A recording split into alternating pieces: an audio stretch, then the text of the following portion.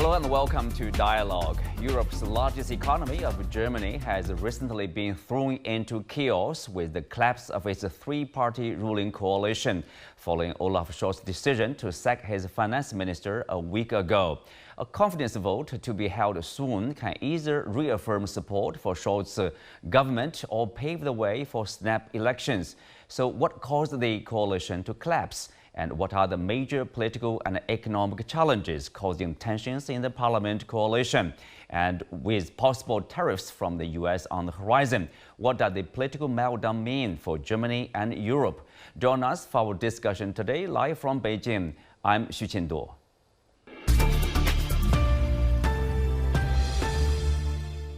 Joining me today are Professor Eberhard Sandschneider, expert on international politics and partner of Berlin Global Advisors, Pieter Cleppe, editor-in-chief of Brusselsreport.eu, and Cui Hongjian, professor with Academy of Regional and Global Governance at Beijing Foreign Studies University. Welcome to Dialogue. Eberhard, I will start with you. Of course, we now have the collapse of the three-party coalition in Germany. So for those who are not following German politics, tell us the three parties, obviously they have something in common, but most importantly, they have something different. How different do you see, in terms of their political priorities? Well, first of all, they couldn't find agreements anymore, basically on all aspects of economic policies, especially on finance. And that was the big debate about giving up the debt brake or not. And over this question for weeks now, we have seen that the three parties negotiating. Whenever they found a compromise, they went into the press and had three different positions to present to the German public and to the media. So in the end, the fact that it happened on November 6th, the day when Donald Trump was elected, was just coincidence. But people in Germany were certainly expecting the collapse of this government, hopefully sooner than later, because there is the hope that any new government would do better in economic policies, especially, than the present one. Mm-hmm. So, Peter, I'm not sure whether you agree or not, but obviously, so the people are looking forward to a new government. Can we say they are somehow, basically they are fed up with the coalition government? Why? Well, if you look at opinion polls, that's indeed the case. The three government parties have been doing very poorly in the polls, and I don't think you have to look very far for the reasons. Of course, the first reason is discontent about chaotic migration. This does not mean that Germans are against migration or against immigrants in itself, but they're against the chaos surrounding it, the fact that people come in without proper vetting, that it appears incredibly difficult to send back people when they have been denied residency or asylum. On the side, you have then these, terrorist attacks sometimes by some of these people that are so desperate that have been radicalized. So that's the first reason. And the second reason is the ongoing economic crisis. This is not only the responsibility, obviously, of the current government, but they have made it worse. At the core of it is the very high energy price in Germany. German industry is struggling to compete globally because of the fact that there have been large-scale experiments with energy supply, and it's not a good idea to experiment with your energy supply. Germany has been phasing out fossil fuels, has been importing foreign fossil fuels, first from Russia. And now they are importing expensive LNG from the United States. Now it's very difficult for especially the chemical industry in Germany to compete, and people are now understanding that this kind of government policies were at the heart of it. The current government has made it worse because even when there was an energy crisis, they decided to continue with the closure of perfectly functional nuclear power plants. So I think now any legitimacy for the current government is gone, and that's why there was no other outcome conceivable. Hongjian, how do you look at the situation? Do you think the fundamental reason lies in the fact that there's a coalition government, three parties having different priorities, different agendas, so it's somehow destined to collapse, to reach a dead end? As we know, even at the very beginning, several years ago, I say the so-called three-party coalition, we can try to find some, potential risk for this solidarity between different parties. As we know, among all the three parties, two from left, including SPD and the Green Party, one from right. They do have very different understanding about the economy in Germany and what could be the policy and commitment. I think this time, yes, the FDP raised the issue that they try to have economic reform, but indeed, very, very different direction with other two parties. So I think that it's a very, very, indeed, how to say, a natural products or consequences for this kind of a coalition. I think another very important concern about this collapse of the three-party coalition and also a mess situation for German politics is, as we know now, the CDU and some other party, AfD, they do have a very, very big rise. I think it gives a very big pressure against the three-party coalition, especially for the SPD. Once it will not exit from this current government, perhaps it will lose a lot of support from ordinary people in Germany. So maybe it's time. It's an opportunity for the FDP to withdraw its support to the three-party coalition, and then it tried to get some more support back from the ordinary people. Mm-hmm. Another, I think, yes, very, very important factor is, as we know, the external affairs, especially the comeback of Donald Trump, gave a very big shock to this three-party coalition. Once they are still three-party coalition with low efficiency, with a lot of gaming between parties, I am afraid that there will not be any solution for the German government to deal with any difficult situation with the United States in the near future. Mm-hmm. Well, Eberhard, in a statement at the Chancellery, Scholz accused Lindner of too often blocking laws in an inappropriate manner and engaging in petty party political tactics. In response, Lindner said, quote, Scholz has long failed to recognize the need for a new economic awakening in our country. What's your take on the two different narratives here? Well, it's not only about parties and official politics, it's also about people and personalities. And after all these weeks of negotiating here, negotiating there, of confronting each other publicly, obviously the two of them were, to put it mildly, fed up with each other. And in the end, in one sentence, the Chancellor made clear his frustration with his Minister of Finance. I don't want you to belong to my cabinet any longer.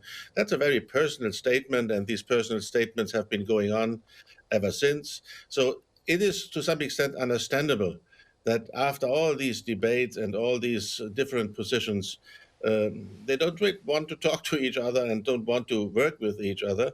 And of course, for Mr. Lindner, this was a very, risky endeavor. His party is down to 4% in all the polls, means it would not come back to parliament.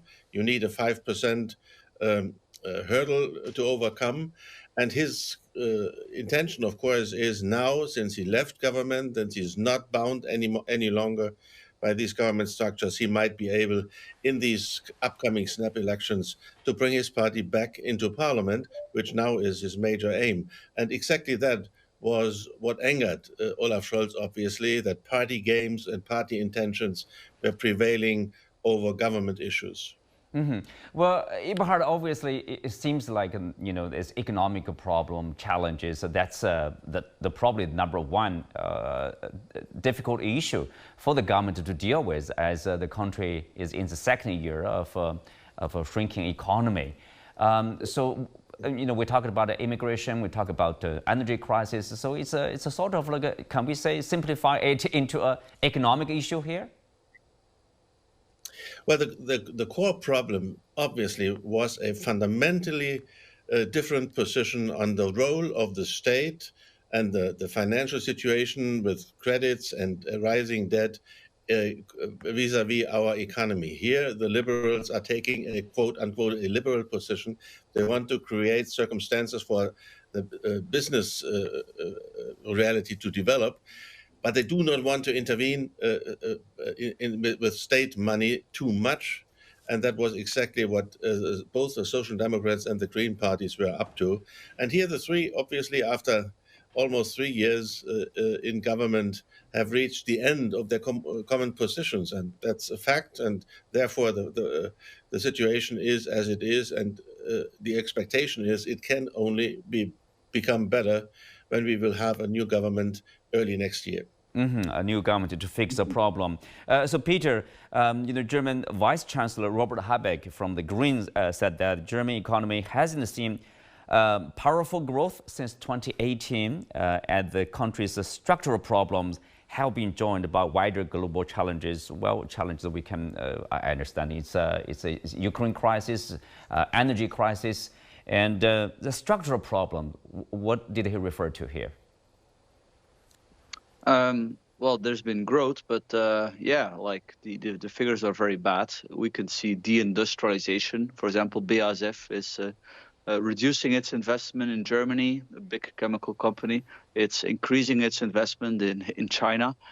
At the core of the problem, as I mentioned, is that the fact that Germany does not allow fossil fuel exploration in Germany, but that it then has to import fossil fuels from other countries. It was way too dependent on Russia, and now it's more dependent on the United States. It's of course better to dependent on the US than on Russia, but it's the kind of LNG gas that Germany is importing from the United States is shale gas. Now, Germany, according to many experts, could perfectly exploit its own shale gas, but it has a legal ban on this. It does not allow this. And this is unfortunate because shale has become a lot more, become a lot better for the environment. It's, of course, there's still, challenges. There's challenges with any energy source. Perfection is not of this world. But if you look at the United States, they exploited shale. And there's a correlation between the shale revolution and the reduction of CO2 emissions. So you would expect the Greens to be more sympathetic to that energy source. They are not. You would expect them to be sympathetic to nuclear power, which has no CO2 emission whatsoever. The Greens are irrationally against. So we are dealing with very extreme politicians that have been in charge. And I think this is at the core, really, that the German public has now seen this. The liberal FDP has allowed everything. They, even in the middle of the energy crisis, they did not ask to stop the nuclear phase-out. And now they are desperately trying to, present a big show. They are trying to gain back some credibility in the eyes of voters by torpedoing the government at the very last moment. But personally, I'm very skeptical that this will work. People can see through this. Voters typically do not reward the party that brings down a government. So I may be wrong, but I don't think the FDP, the Liberals, will manage to get the 5% thresholds. Well, speak of that, the Greens are also losing in terms of the public support.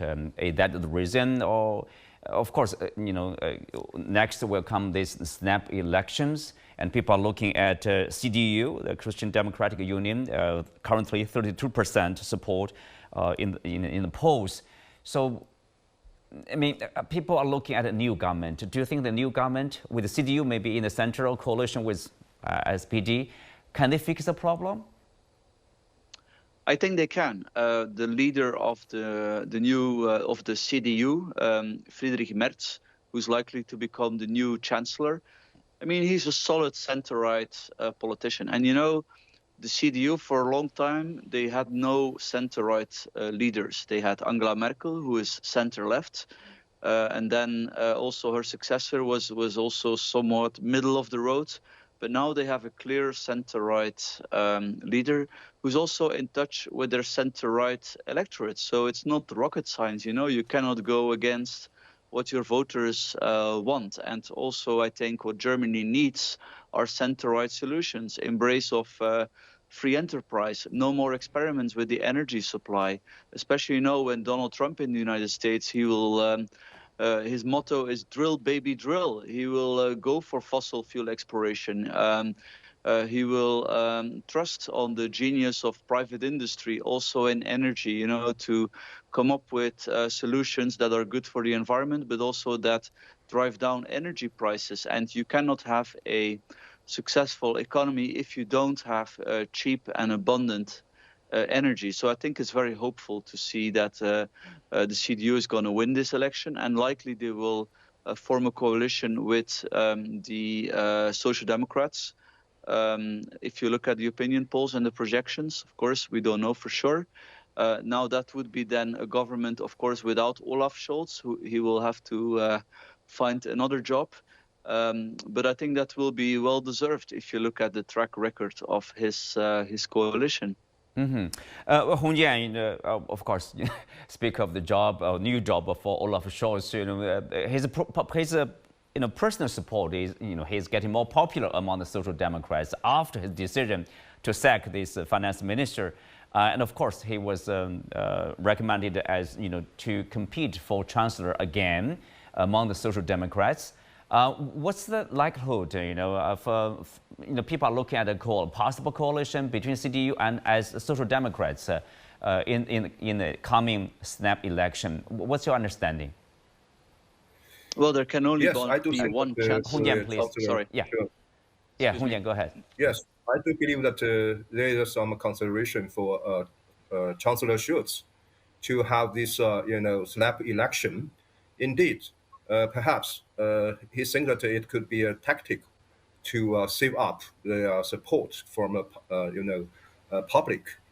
But at the same time, I think a lot of criticisms from not only from the opposition party and also from his own party, I think, on his personality.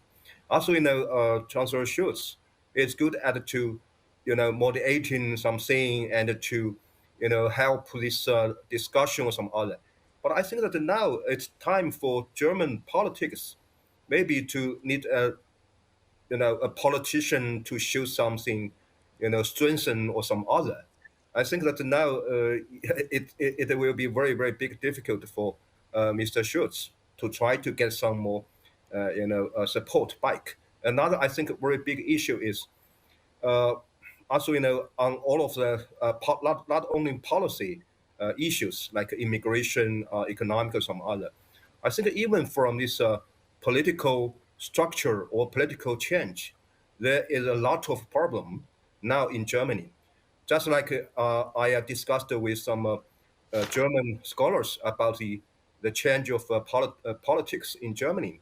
If we take a comparison between the Chancellor Merkel's administration and the Chancellor Scholz's administration, perhaps they have to make a choice again between more democratic situation or more efficiency. Perhaps the three-party coalition showed a lot of democracy comparing with Chancellor Merkel's administration. But now the big question is, perhaps now for the German politics, for German economy, for its bad geopolitical environment, maybe a more efficient leader or more efficient government will be in the lead for German people and also for German country. So, Hongjian, you are talking about efficiency, efficient leader. Are you calling for a strong leadership in Germany, or a strong mandate, from the people, from the public? Indeed, I think that there are a lot of demands from public opinion, from society. If we look at the rise of support of IFD, we can find out the reason. But now the big question for the mainstream parties in Germany is, once they try to find out the rebalance between the democracy and efficiency, they do have a narrow and a narrow choice.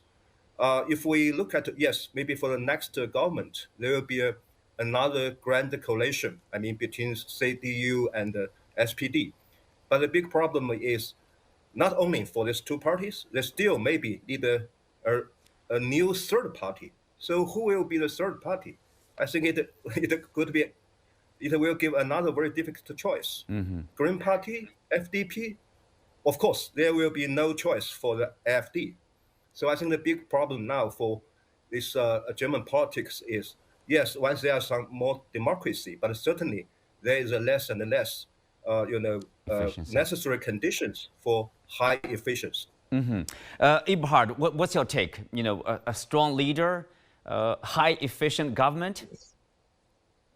I understand the problem of efficiency, but the core problem right now is to find a stable next government, a government with a reliable, solid majority. And that is difficult enough. We must assume, as we speak, that the Christian Democrats will win this next election at whatever level. They are around 30%, 32 now. But a grand coalition is not in the sense of the word possible, because the Social Democrats are so weak, down at 15%, that we use this term grand coalition because it used to be a grand coalition, but this one would be a very normal coalition between a major and a minor party together. If they make it into a majority is an open question as we speak. And the problem is, it somewhat reminds me of the situation in Germany 100 years ago, that right and left-wing parties are so strong, gaining so much support, that in the center, it is impossible to form a solid government based on a reliable majority. That is the challenge. And the big question for the snap in action is, how strong will AfD be? How strong will the Bündnis Sarah Wagenknecht, the Wagenknecht party, be?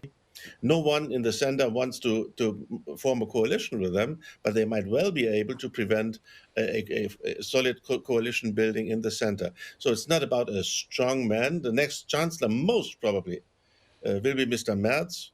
And of course, the career of Olaf Scholz, even if he is making it into the position of a candidate of his Social Democratic Party, might be over on February 23. That's obviously the date fixed for the next snap elections. With this uncertainty, of course, we have to wait for the snap election results. But anyway, we are going to have a new government in the US. Trump is back. He's talking about 10% or 20% tariffs probably on European products, including that of Germany, of course. So, Eberhard, what's the impact? What's the response, the public response, the government response to Trump's return?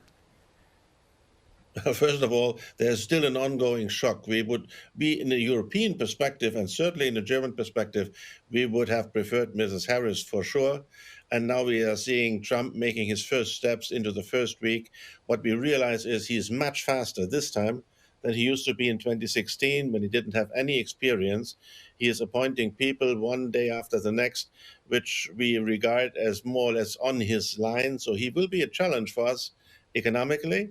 But first and foremost, since we had this ongoing debate about economic dependency on China, for example, all of a sudden we are realizing, like it or not, that we are also economically dependent on the US. And on top of that, in terms of security issues, we're even more dependent on the United States.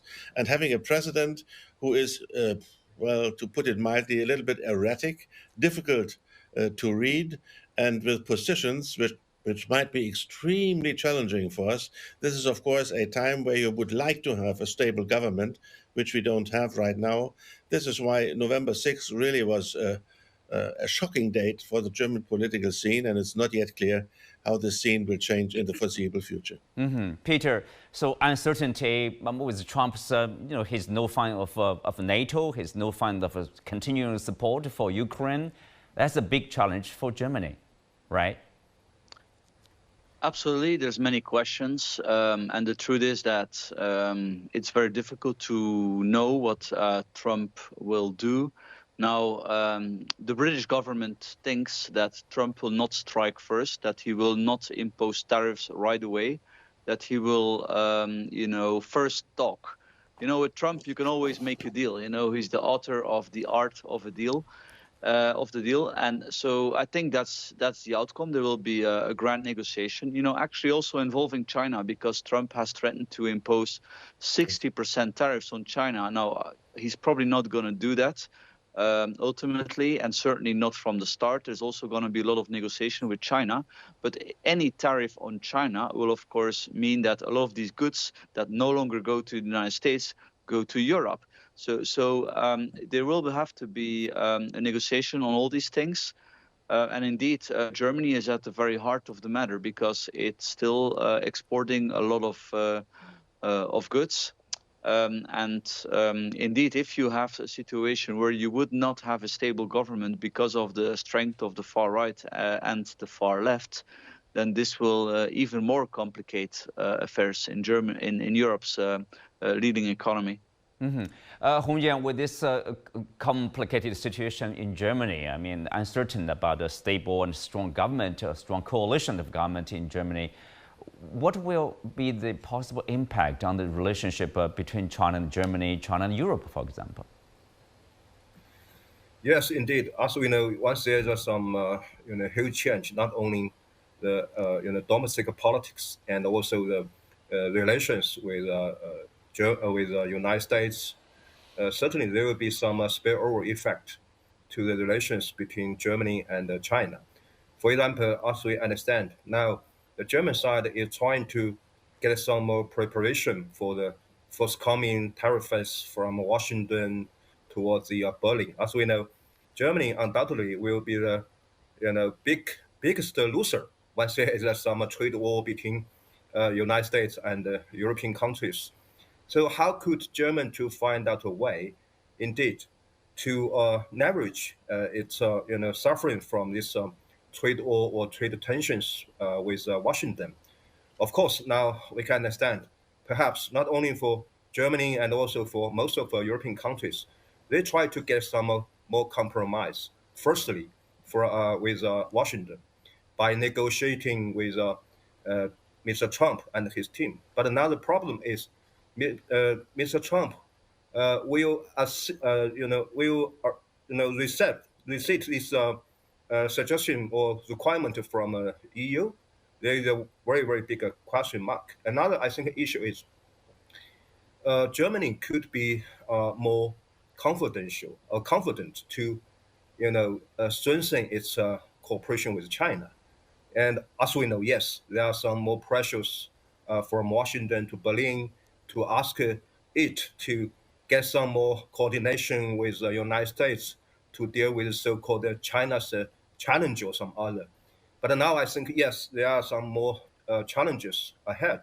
But indeed, there are also the same opportunity for German and European countries to showcase its a real strategic autonomy between China and the United States. Once there is I think this policy direction, I think it will be a good chance for Germany to, live out from this current difficult situation.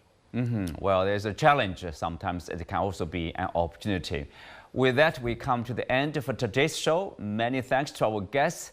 You can also watch us on the CGTN app on YouTube. I'm Xu Qinduo. Thanks for being with us. See you next time.